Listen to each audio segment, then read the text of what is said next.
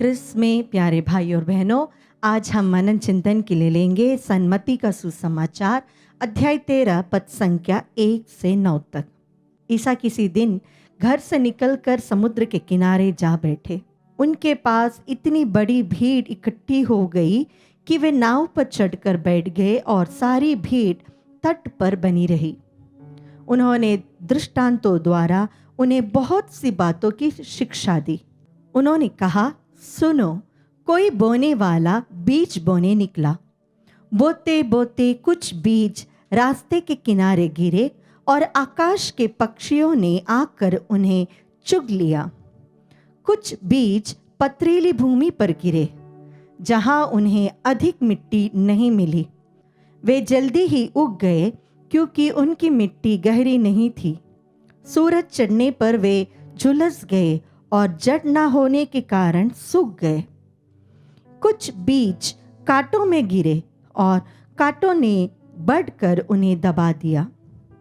कुछ बीज अच्छी भूमि पर गिरे और फल लाए, कुछ 100 गुना, कुछ 60 गुना और कुछ 30 गुना। जिसके कान हो वह सुन ले। प्यारे भाई और बहनों, ये एक ऐसा दृष्टांत है जिसके बारे में हमने काफ़ी कुछ सुना है। कई रिफ्लेक्शंस हमने सुने हैं। हमें प्रभु खुद इसी अध्याय में आगे बताते हैं 19वां वाक्य से कि बोने वाला ईश्वर है और बोता वह वचन है। ज़मीन हमारा जीवन है, हमारा दिल है। लेकिन आज मैं यह वचन आपके साथ जब साझा करती हूँ तो मेरे मन में एक वचन आया है। वह है संत याकूब के पत्र का वचन अध्याय 1 पद संख्या 21। आप लोग अपने को धोखा नहीं दे, वचन के श्रोता ही नहीं बल्कि उसके पालन करता भी बने। आप लोग अपने को धोखा ना दे, वचन के श्रोता ही नहीं बल्कि उसके पालन करता भी बने। यहाँ पे संत याकूब हमें सिखाते हैं। हम कई वचन सुनते हैं, बहुत जगह से वचन सुनते हैं। हमारे गिरजाघरों में सुनते हैं, प्रेयर मीटिंग्स में सुनते हैं, एससीसी ग्रुप्स में सुनते हैं, रिट्रीट सेंटर्स में सुनते हैं, और आजकल मीडिया का युग है, इसीलिए कई मीडिया चैनल के द्वारा हम वचन सुनते हैं। सुनने में कोई कमी नहीं, लेकिन संत याकूब हमसे कहते हैं, अपने आप को धोखा मत दो, अपने आप को धोखा मत दो। तुम वचन के श्रोता नहीं बल्कि उसके पालन करने वाले भी बनो। और उस पालन करने वालों के बारे में ही प्रभु ने आज मत्ती के सुसमाचार में हमसे कहा है। मैं ये वचन जब मनन चिंतन कर रही थी तो मेरे मन में एक विचार आया जो मैं आपके साथ शेयर करना चाहूँगी। समझो, ये चारों चीज़ हमारे शरीर में या हमारे जीवन की अंग है। हमारा दिमाग पहला, जहाँ पर काफ़ी बीज बोए गए, लेकिन हमारा दिमाग एक बंदर के समान है, कभी इस डाली से उस डाली तक, कभी यहाँ से वहाँ। और इसलिए जो व्यक्ति अपने दिमाग से ही, केवल दिमाग से ही वचन को सुनता है, समझने की कोशिश करता है, जब दुनियादारी वहाँ पर आ जाती है तो वचन अपने आप खत्म हो जाता है। दूसरा, हमारा विल पावर। हमारा विल पावर कैसा है?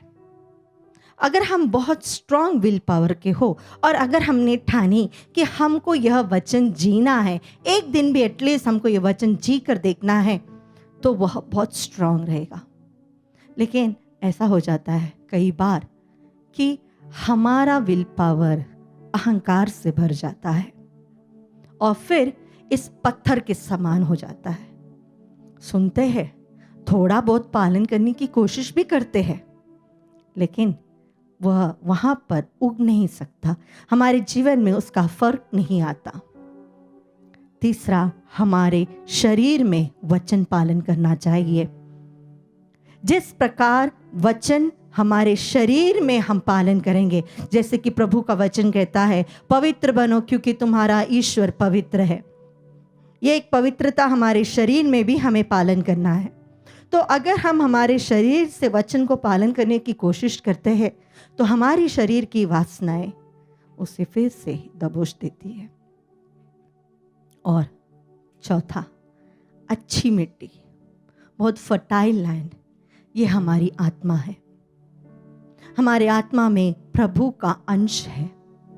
अगर हम यह वचन को हमारे आत्मा से पालन करने की कोशिश करें तो यह फल देगा 30 गुना, 60 गुना, 100 गुना। एक आत्मा कितना ईश्वर के करीब है उतना ज्यादा होगा उसकी प्रोडक्टिविटी। हम आत्मा में हमारे वचन को स्वीकार किया, हम कोशिश करने लगे अच्छे से जीने के लिए, वचन का पालन हमारे जीवन में करने के लिए, और हम प्रभु से अधिक निकट आ रहे हो तो हमारा यह फल उत्पन्न होगा 100%, उसमें कोई डाउट नहीं।